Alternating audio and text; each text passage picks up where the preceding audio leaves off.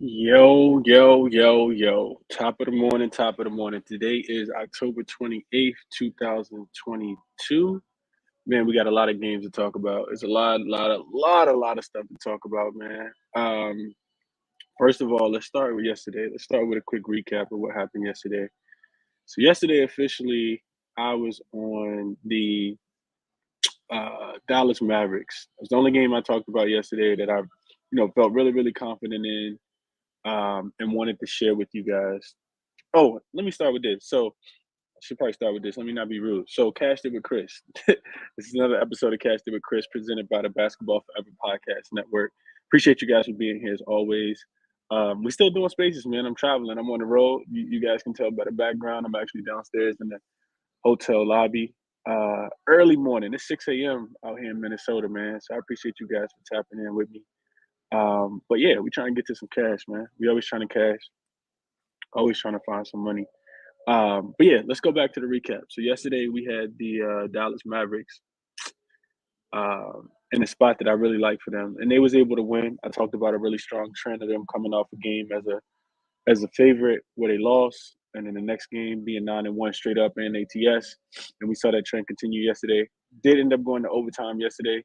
Katie and Kyrie played their heart out. Not really a spot that I'm looking to fade teams in. I'm not in the business of fading teams that are desperate for a win because that's when you're gonna get your best performances. And we saw from Kyrie yesterday. Dude went off, went crazy yesterday. At one point in time, I was like, "Yo, dog, is he gonna miss a shot?" He was killing Dallas. But yeah, Brooklyn's just not it right now. So I still think you continue to fade them in certain spots, but I'm not looking to. They're not a auto fade at all. I'm not looking to automatically fade the Brooklyn Nets, and it's all situational, right? We always talk about that. So we saw that happen yesterday, and then we also saw, and I'm not even gonna give a quick recap of everything else because I wasn't on a lot of games, but the Clippers actually lost that game to OKC after coming back and taking the lead at halftime. Second half, they just looked terrible. OKC covered by 15 points yesterday. Total went over by 9.5 points as well because the books weren't expecting OKC to be able to score 118 points, but they did last night. Then you saw Golden State bounce back, and I talked about that on the show yesterday as well.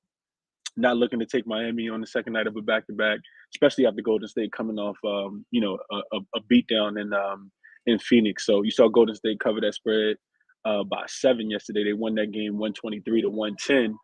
And then Memphis, they cleaned up Sacramento yesterday. They won every quarter, won the game by 15, covered by 19 and a half, and total went over.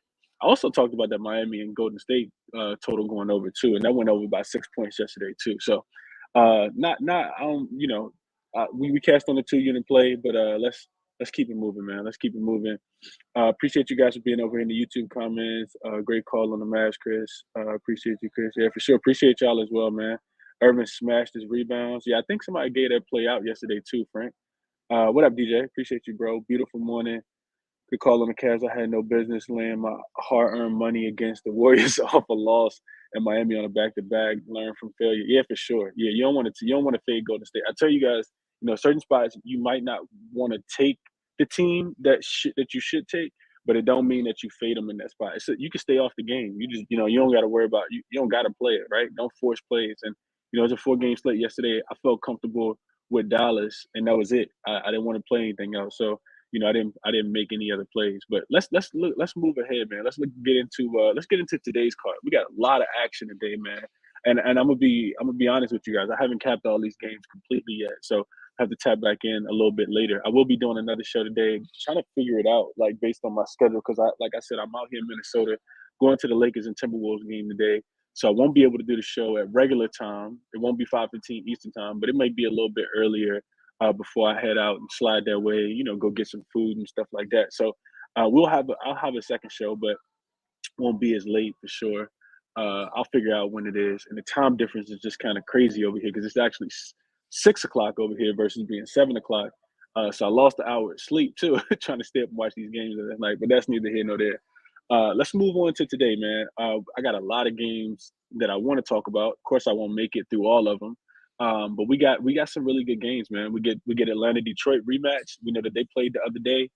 And let's matter of fact, let's start there. So Atlanta Hawks They're laying 6 this time. I think they came into the last game laying 7.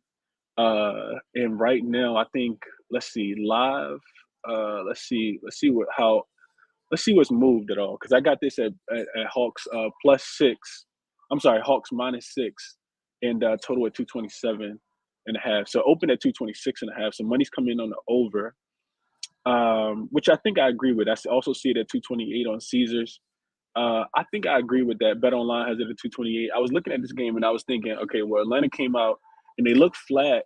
No, they didn't really look flat. They just didn't play defense. A guy like Bojan Bogdanovic and a guy like Cade Cunningham went crazy. Now you get Ivy, who's questionable for this one, potentially returning. Atlanta was able to lock him up and get him out the way in the second half in the last game, but typically you see that reverse, right? So, but I'm not looking to play Detroit in this game. I feel like Detroit plays so hard. Atlanta still has the rest advantage, even though both of these teams are coming off one day's rest. Atlanta's the more rested team in this spot. And I also just looking at this game real quick. Uh, I'm not looking at back Atlanta. They're only 1-3 ATS, and I talked about them laying these big numbers early in the season and not wanting to back them early. They got to kind of get in the groove. Trey Young is still food on defense. They're seeking him out, trying to get him in as many mismatches as possible. If I'm playing this game, honestly, I'd probably be looking at a prop like DeJounte Murray. I know he didn't play well. He almost had a triple double in the last game. He didn't play well though. Uh, Nothing official for me at all, but I'll be looking for DeJounte Murray in a bounce back spot for sure. He didn't shoot the ball well last game. Let me see if I can find it for you guys. DeJounte he shot 5 for 18. He had 14 points, 8 rebounds, and 8 assists. I would look for DeJounte to pick it up. I don't think they have anybody that can guard him. Detroit's defense has been lackluster to say the least. Atlanta scored 118 points in the last game, and Detroit was able to get to 113. I was actually thinking about playing the under in this game, but the reason why I'm not is because I was looking at the pace, right? And if you look at the pace, Atlanta's playing. Both of these teams are playing in the top 14, top 15 pace. I think Atlanta's playing 13th, and Detroit, who actually played a lot slower last year, is playing at the 12th fastest pace. So I don't want to stay on this game too long because, like I said, nothing official for me in this one. But I would be looking towards Atlanta to actually be able to cover the spread because they didn't in the last one. I know Detroit is in desperate need for a win. They're only 1-4 overall, and they are 2-3 ATS. But I wouldn't be. I don't want to lay the points with Atlanta either, just because they got to prove it to me first and win a few games by 8 or 9 points because they keep getting these spreads that I don't know, just feel like a tad bit too big for me. I would only be looking towards taking Atlanta, even with them being 1-3 ATS. What do you guys think about that? Let's see what we got. Chris, my guy, cashed that Jordan Poole over 4.5 assists, had 7. Okay, you came in and gave it out yesterday, LJ. Appreciate you on the look, bro. Good cash. Kuz rebound, LeBron points. Yeah, we gotta talk about that. Still at 6. Hit the like button, my guys. Yeah, hit the like button for me, man. What's happening? Yo, let's cash. I make it at 4 like once a week. Oh my God, Ski. Appreciate you, bro. Appreciate you being here, Ski. Interested to know what you want today, Ski. What you liking, bro? But let's keep moving, man. Let's keep moving. So I'm gonna try to get through a few more of these games. We got let's go to Hornets and the Magic. I didn't really have anything at all. Not a game that I wanted to put a lot of significance in. I'm unsure of the status of. Let's see if I can find the status real quick. I should have probably looked at this already, but y'all forgive me. I think I want to say Rozier. I mean, Charlotte just continues to keep covering, and I think that's why you get them as a favorite in this spot because Orlando, is 0-5 and still hasn't won a game yet. But I wouldn't be looking to. He's doubtful. So Terry Rozier is doubtful in this game. We know they're without LaMelo Ball. I don't think he's playing in this spot either. So let's see. Yeah, Lamelo's already ruled out too. So I think this is I think it's an under spot. I think the line opened at 226.5. It's come down to 224. Charlotte just continues to be able to score the ball though, man. I don't know if you guys have been paying attention to it. This Charlotte team, they end up taking the Knicks to overtime and covered that game the other day, even in overtime, and scored like 124 points. The Knicks hadn't given up that many points all season. I think they're just, dogs, understanding that they're dogs in this spot. And they got guys that can score the ball. Great uh Gordon Hayward, guys like Even Dennis Smith Jr. He's looked really good for Charlotte in that backup role. Of course, he's in the primary role right now. Kelly Oubre, somebody who had a bad game last game. I'd probably be going back to somebody like to Kelly Oubre.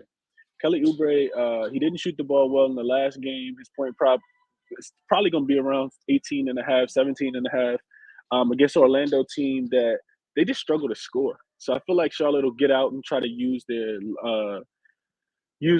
get out and just run before Orlando gets to set the defense up. Nothing official for me in this one, but I just kind of wanted to talk through that and share that information with you guys. Moving along though, game I am interested in. I'm really interested in this game. So Cleveland is going to Boston. This is an interesting game. So Cleveland going to Boston. Let me just look and see what I see the live line at. 5.5, man. Man, that's interesting to me. That is so interesting to me. I see so total opened at 221. It's down to 219 and a half. I see some 218s and a half as well. I like the under. Not going to play it just because Boston plays at such a fast pace, but Cleveland's defenses, they've locked up, man. They've really locked up. You don't necessarily want to fade Boston coming off a loss because this they are coming off the loss against the Bulls, but they will be without Grant Williams in this game. Somebody that is on that front line. Cleveland has the advantage in this one to me, man. They're the more rested team. Let me see. Let me hold on before I say that. Let me just make sure. I want to say they're the more rested team. Let me double check real quick.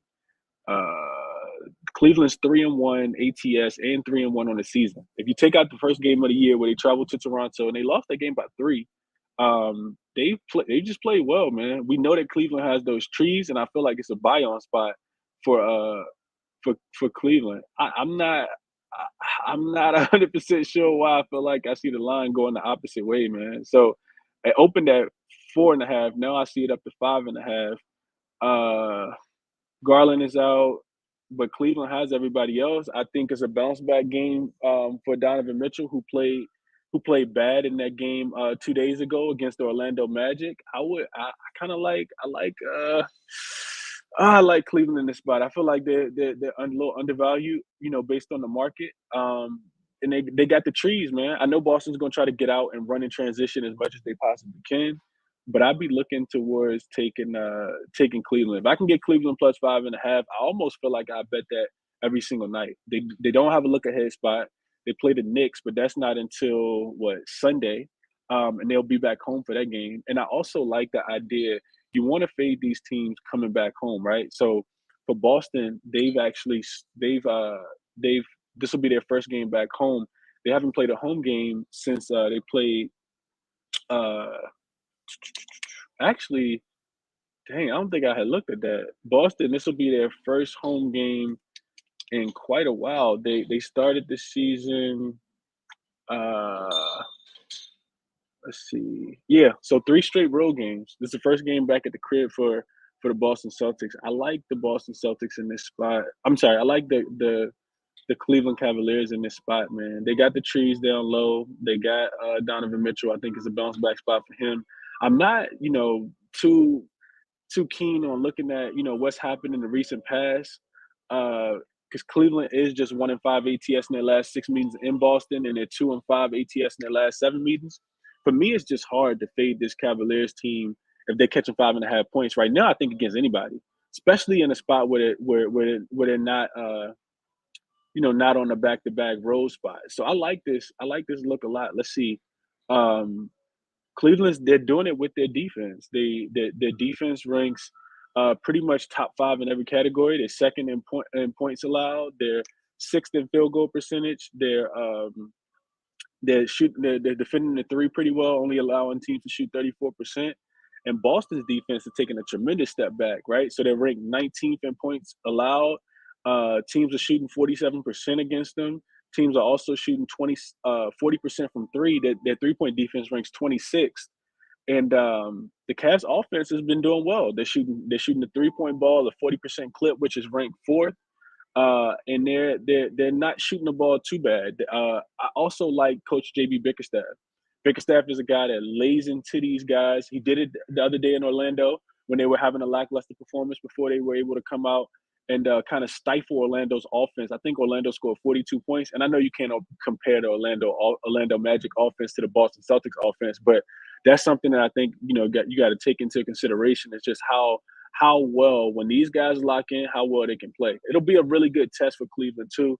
Of course, they'll be without Garland. They'll be Donovan Mitchell at the helm. But I don't think that the Celtics win this game by 6 points. Is what I'm saying. Let's see what you guys saying in the comment section. Let's see. Ski said MLB under, doing the NBA now. Okay, Pelican spot though. Wish Ingram was in. Yeah, they got a lot of injuries, Ski. I was looking at that game too. They got a lot of injuries. A lot of guys questionable. I think I saw 8 guys on the injury report. I know Alvarado's questionable in that spot. I was looking at that one. The books caught on to Palo's line. He's at 23 and a half. Yeah, they're not gonna give you any edge on back in Banchero. Not now. Not after what he did the other day against Jared Allen and Evan Mobley. I wouldn't either. LaMelo out, Rozier out, Cole Anthony's out. Look at Banchero for sure. Let's see. Kuzma points, rebounds, and assist lines 29 and a half, points at 19 and a half, and rebounds and assists at 11 and a half. So took PRAs instantly. Charlotte ranked first in scoring. Crazy. Yeah. And that's what Orlando doesn't. That's where Orlando struggles. Orlando struggles to score. So I do feel like Charlotte should be able to get out and run in transition. Ski is the under full game or first 5. Top of the morning. Appreciate you, YBB, for being here, bro. Full because 105 and bullpen got a lot of rest. Okay.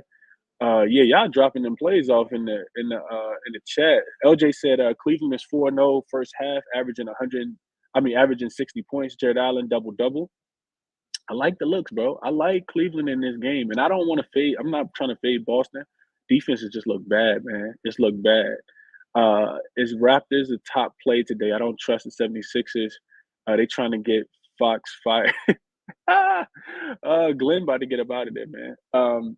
It's like, nah, I'm just messing with you. They love Glenn over there. I love Bickerstaff too. Great professional. Yeah, I spent some time with JB Bickerstaff before, and dude's a nice guy for sure.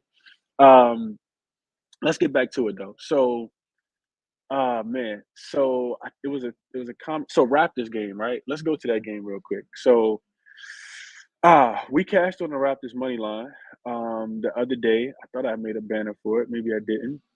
But the Raptors and the Philadelphia 76ers square off again with 1 day's rest in between. You get a Philly team coming in. They're 1-3 straight up. They're 1-4 ATS. They are facing a team in Toronto that's 2-0 at home. That's record-wise and ATS. They're 3-2 overall. They both have equal rest. You still got the playoff revenge angle because, Toronto knocked them out. I mean, Philly knocked Toronto out last year. Typically, you get the flip-flop, though, right? Whatever team won the last game, you want to take that team in the next spot. So it should be a Philadelphia 76ers spot.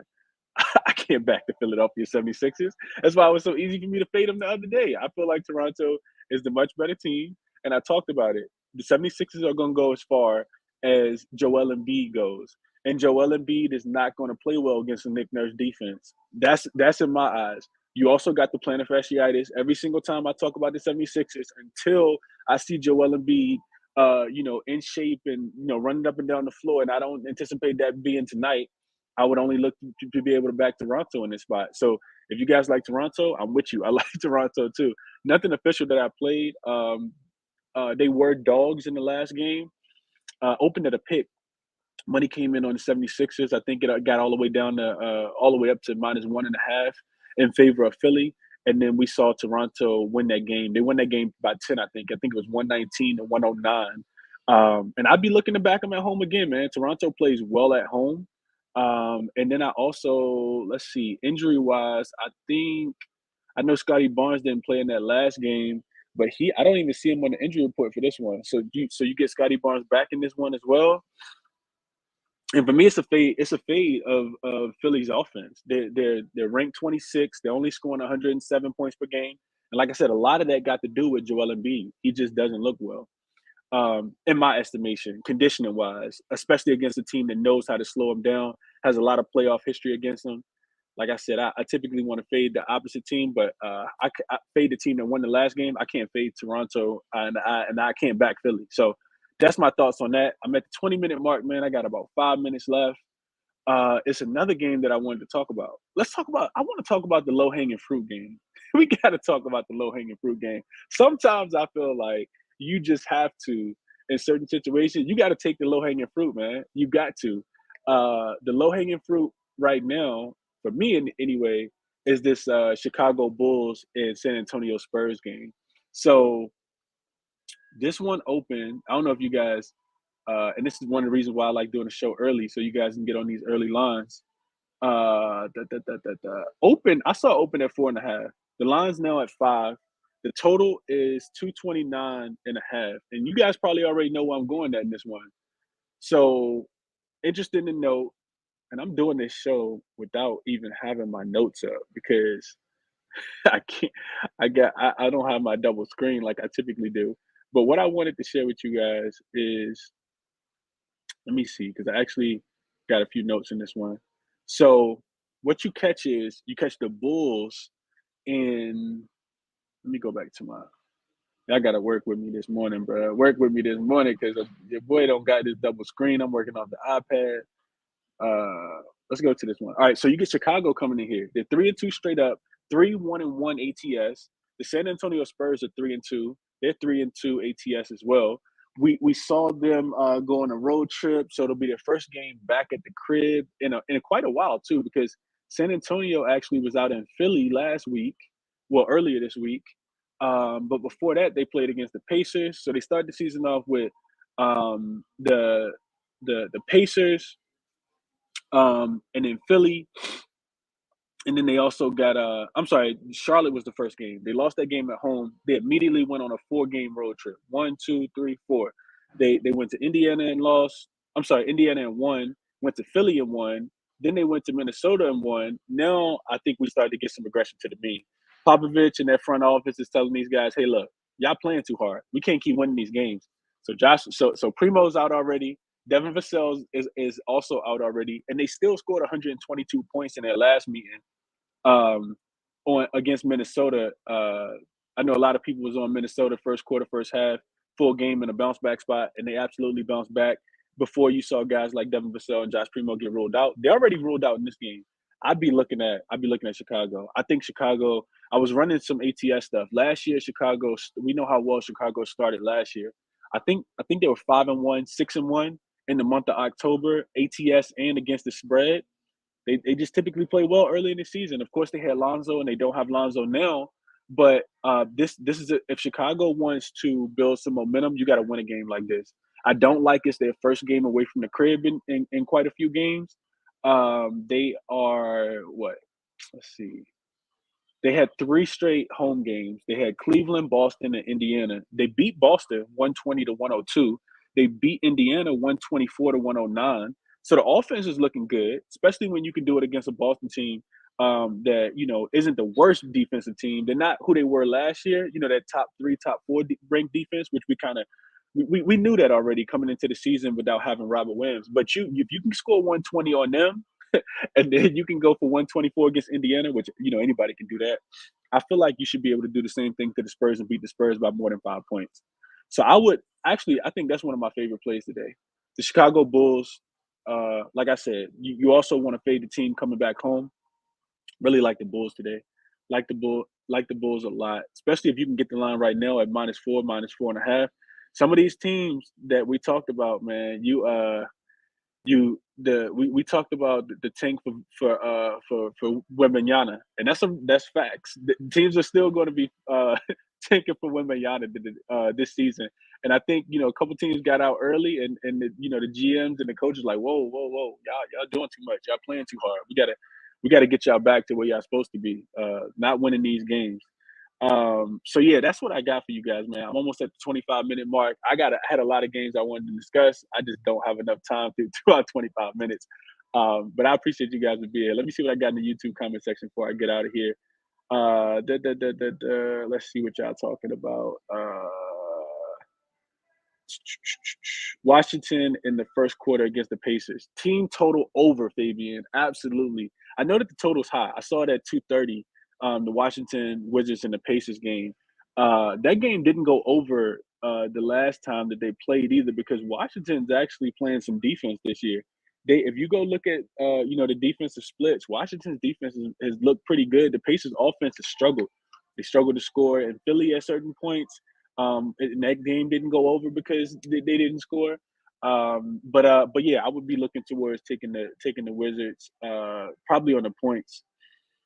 What's good, Chris? Only missed my parlays. Y'all got to get my boy name right. Bonchero, I think I said it right. Philly first half coming off that loss. I can't back them. I cannot back Philly in this spot, man. They got to show me before I want to put my hard-earned money on them. Tobias over 8.5 rebounds and assists. Yeah, I'm staying off. 76ers are bad. Second half team 0-3-2. Raptors 3-1-1. Average 55 points. I like it. I like it a lot. Fade this game. No motivation anywhere. That's a fact. What's up, Akbar? Appreciate you being here, bro. Going back to Gary Trent Jr. 3-point props. Okay, I can see it.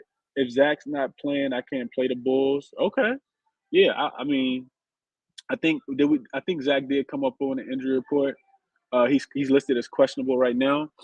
I can't. DeRozan against the Spurs, revenge game angle. DeRozan might go crazy tonight, man. Early birds do make the money. That's why we do the show. Facts, Don. That's a fact. That's why we do the show. They started season strong without Levine. I think they'll play solid and keep it close. Boy, you up early, gang. Let's get it. Yeah, we here trying to get to some money early, bro. Bulls first full game. Spurs can cover first quarter. Yeah, I like the look. Suns -6.5 against the Pels. Potentially missing stars. I think it's a letdown spot for the Suns. Maybe I'm not. Well, you know what? No, it can't be because Pelicans played them so well last game. I think you got to be looking at the Pels in that spot. Pels are nothing from the playoff revenge angle. The Suns put the Pels out last year. Suns coming off the big win against Golden State. Pels coming off the big win against the Dallas Mavericks without the superstars. So it should be some regression to the mean for the Pels in this spot. You get that, that game without the champions, and typically teams play well in that spot. But the second game back, they don't play as well. Championship race for number 30 spot. That's a fact, Akbar. That teams are going to be doing that. Top prop bet today. Brook Lopez blocks. He averages 5. Knicks allow 7 blocks a game on the road. Chris Paul 2 steals versus the Pelicans. Allowed 10 steals a game, most in the NBA. Okay, LJ got the facts for you guys. I like the looks, LJ. Book's not adjusted at all to Bogey. Yeah, Bogey's been killing. Laurie Marketing over 20.5 points. I wanted to talk about that game. I'll talk about that game later on the evening show. This is a revenge game for DeRozan. I talked about that. Sorry, Chris, but I think Ant-Man will go off against the Lakers. Yeah, Patrick Beverly revenge game, man. We're going to talk about that later, too. It's like, nah, Ant probably will go off. Can you talk about the Portland and the Rockets game? Yeah, we'll touch on that one later. I'm actually over by a couple minutes already, 28 minutes, man. I try to keep this show to about 25 minutes. So, yeah, I'm going to get up off of here. Laurie Marketing been hitting. Yeah, for sure. What up, Prima? Appreciate you being here, bro. Wendell Carter Jr. double-double in a win. You probably can get that at plus money just because they're underdogs in the game. So, I can see that look. I can definitely see that look tonight. Charlotte is actually rebounding the ball a little bit better than I thought they would, but I can see that. I can definitely see that, especially if they can slow the pace down. Appreciate you guys for being here, man. I'm gonna tap out. Top player today though, Bulls. I like them, especially if you get Zach LaVine in, minus the 4.5, minus the 5, and we'll get it back tonight, man. We'll get it back. We'll get back to it tonight. And have some more looks for you guys as the day goes on. Just wanted to share some information as always. Hit the like button for me. Subscribe to the videos if you can as well. Retweet the show. Tell a friend to tell a friend, like I always say, man. You guys be good. Finish your research so we can tap back in later. Like I said, do an evening show. Crispy Cap and NBA show. Probably a little earlier since I'm going to the game out here, T-Wolves versus Lakers later. But we'll still tap back in. Turn the notifications on Twitter so you guys can see when the spaces will be and when the Twitter show will be. I'm out, man. Enjoy the rest of your day, fellas and ladies.